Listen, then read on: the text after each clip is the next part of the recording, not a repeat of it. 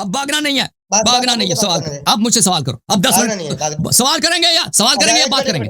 Time اگر سوال کرتا ہے بات کرنا ہے تو میں ٹائمر لگاتا ہوں، سوال کرنا ٹائمر نہیں لگاتا، بتاؤ۔ ٹائمر لگاؤ۔ بات یہ ہے کہ انہوں نے جو باتیں کی ہیں اب مخالف کے فتوے پر دکھا کے یہ فلاں بندوں نے تمہیں کافر کہا ہے، فلاں چیزیں یہ کہ اختلاف ہے ہر مسلک میں وہ چیزیں ہیں جن مطلب شیعہ کو کافر کہا ہے۔ اب میں یہ دکھا ان بندوں کی انہوں نے بات کی ان سب نے مطلب شیعہ کو کافر کہا ہے، اب میں یہ دکھاتا رہوں پر بھلے 50 علماء کی 100 کی 1000 کی دکھا سکتا ہوں بھائی یہ شیعہ کو کافر کہتے ہیں، ان کے مخالفین کے وہ پیش کر کے میں یہ کہتا ہوں یہ دیکھو جی آپ کافر ثابت ہو گئے۔ تو اس طرح مسئلہ یہ ہے کہ آپ میں نے جو سوال کیا تھا، سوال یہ کیا تھا کہ اب انہوں نے جو باتیں کی انہوں نے کفر کا فتویٰ کسی اور انداز میں لگایا ہے، یہ اپنے مطلب کے لیے اس کو استعمال کر رہے ہیں، وہ کس طرح کیونکہ اس کو وہ تمثیل سمجھتے ہیں، اس کو مجسم سمجھتے ہیں، پتہ نہیں کیا کچھ اپنی طرف سے وہ لمبی چوڑی تعویلات کر کے اس کے بعد وہ نتیجے پہ نکلتے ہیں۔ جب ان سے بات ہو وہ کہتے ہیں جی اہل الحدیث اس پہ پورے نہیں اترتے، ہمارا مطلب کچھ اور تھا، وہ معتزلہ کو مراد لیتے ہیں، وہ بھی جہمیہ کو۔ اہل حدیث کی جتنی کتابیں دکھائی ہیں اس میں جہمیہ مراد ہے۔ جہمیہ کون ہے؟ معتزلہ کون ہے؟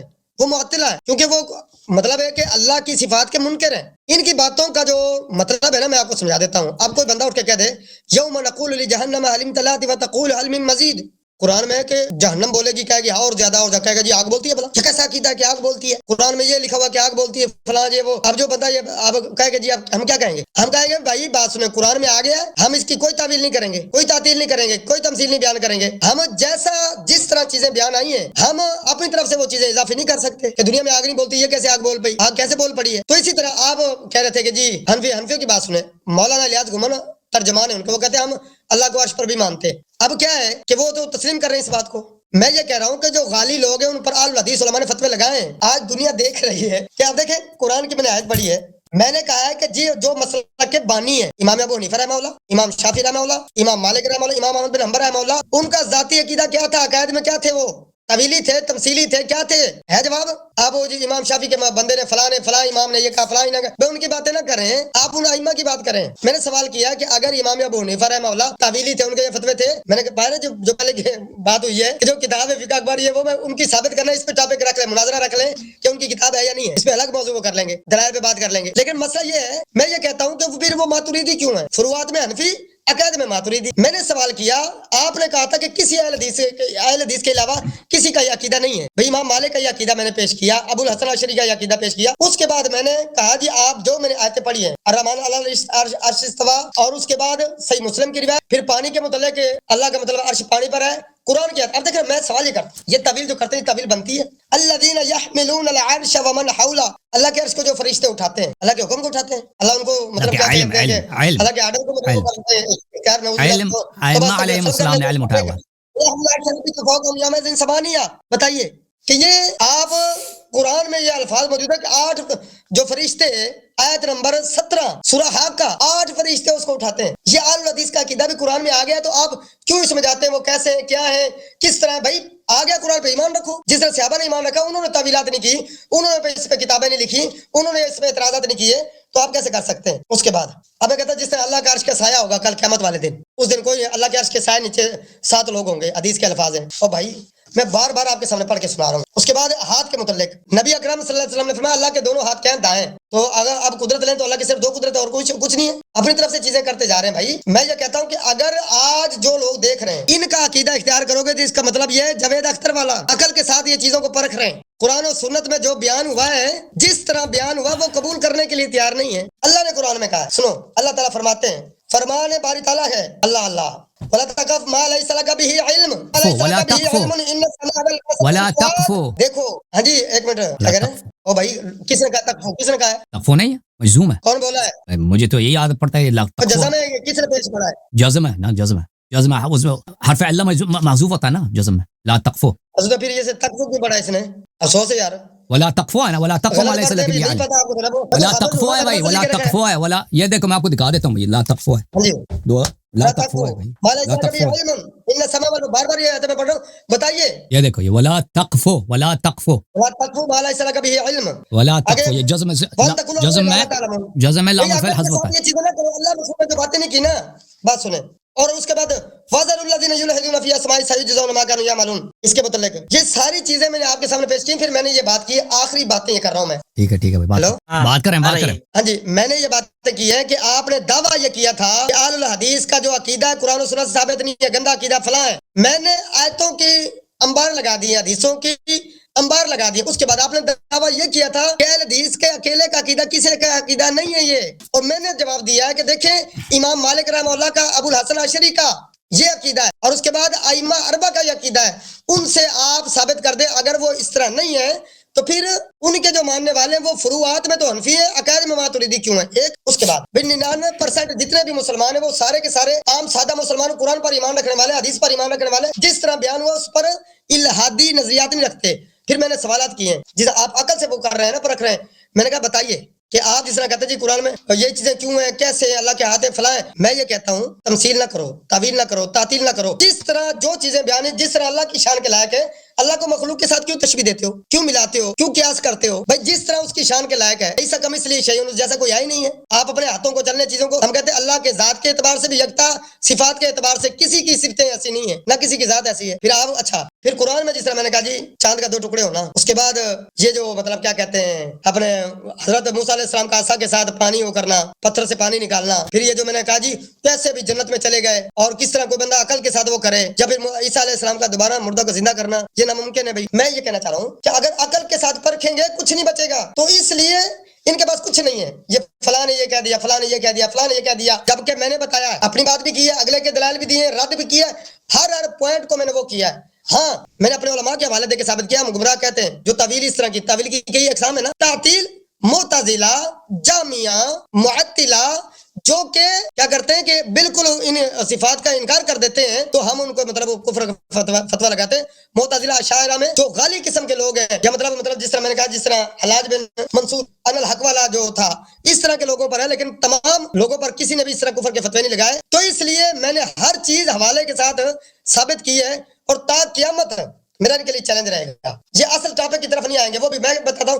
آپ نے 50,000 کتابیں پیش کر دیں، انہوں نے آپ کو شیعہ کو بھی کافر کہا ہوا، پھر آپ کہیں گے فلاں اس طرح. کیا جواب ہے ہمت وہ بات کرنے کی؟ میں کہتا ہوں کہ آئے بائیں شائع نہیں کریں، دلیل دیں. اب میری باری ہے بھائی، جو میں نے سوالات کیے میں جواب دیں. چلو بس آخری کر لیں. جتنے آپ کے سوالات ہیں ایک ایک کر کے پوچھ لینا اپنے، یہ جب میرا ٹرم ختم ہو میں اس کا جواب دوں گا. بھائی جتنے سوالات ہیں پوچھ لینا. میرا ادعا کبھی یہ نہیں تھا، میرا ادعا یہ تھا کہ آپ لوگوں کا عقیدہ اللہ تعالیٰ کے متعلق عام مسلمین کے نزدیک کفر ہے. آپ مشرک ہو مسلمانوں کے نزدیک، آپ لوگ دوسروں کو مشرک کہتے ہو، بلکہ آپ خود مشرک ہو، اور آپ لوگ دوسرے مسلمانوں کو مشرک سمجھتے ہو. میں نے آپ کے اپنی کتابوں سے دکھا دیا کہ آپ کے اعلام نے، آپ کے اکابر نے تصریح کی ہے، جو اللہ کو آسمان میں نہ کہے کہ اللہ آسمان میں، وہ کافر ہے. میں نے اپنے باز کی تو فتوا دکھا دیا کہ جو کہتا ہے کہ اللہ کسی مکان میں نہیں ہے، وہ اس کو قتل کرنا چاہیے، اس کو توبہ دلانا چاہیے، اگر توبہ نہیں کرتا تو اس کو قتل کرو. میں نے کتنے فتاوے دکھا دیا آپ کے علماء کے. آپ نے اشاعرہ، اب شیعوں کو تو چھوڑے نا، خاموش. ہاں میری باری ہے، میری بیچ میں نہ بول، میری بیچ میں. آپ لوگوں نے جو بھی کہہ دے کہ اللہ آسمان میں نہیں ہے، جو اسماء و صفات کو آپ لوگ سمجھتے ہو نا، کہ اگر اس کی تعویل کرے، پلیز خاموش ہو جاؤ، یا اس کو تعویل کرے، آپ اس کو معطلہ کہتے ہو، کس نے اسماء و صفات کی تعطیل کی، اور اس کو کافر کہتے ہو، اس کو ملحد کہتے ہو. میں نے ابن تیمیہ کے نصوص دکھا دی، دوسرے علماء کے نصوص دکھا دی بہت سارے. اس کے مقابلے میں سب مسلمانوں کا اجماع میں نے دکھا دیا کہ آپ مشرک ہو، کیونکہ آپ بت پرست ہو، کیونکہ آپ اللہ تعالیٰ کو جسم مانتے ہو. اور تمہاری یہ بیوقوفی ہے کہ تم سمجھتے ہو کہ معجزہ عقل کے خلاف ہے. معجزہ عقل کے خلاف نہیں ہے. کوئی ایسی عقلی دلیل نہیں ہے کہ کوئی شخص مردے کو زندہ کر دے. یہ جس عقل کے لیے ناممکن چیز نہیں کہ مردہ زندہ ہو جائے یا پتھر سے پانی نکلے، یہ ناممکن نہیں ہے. لیکن یہ کہ ایک جسم زمین آسمان کا خالق ہو، یہ ناممکن ہے. اجسام کسی چیز کو خلق نہیں کر سکتے، ٹھیک ہے نا. یہ بداحت سب کو معلوم ہے. اجسام محتاج ہوتی ہے مکان کے لیے، یہ بالبداحت سب کو معلوم ہے. آپ پلیز خاموش ہو جاؤ، پلیز میرے بیچ میں نہ بولو. مجھے 30 سیکنڈ مزید دینا، کیوں اس نے میرے بیچ میں بولا. یہ اجسام خالق نہیں ہو سکتا.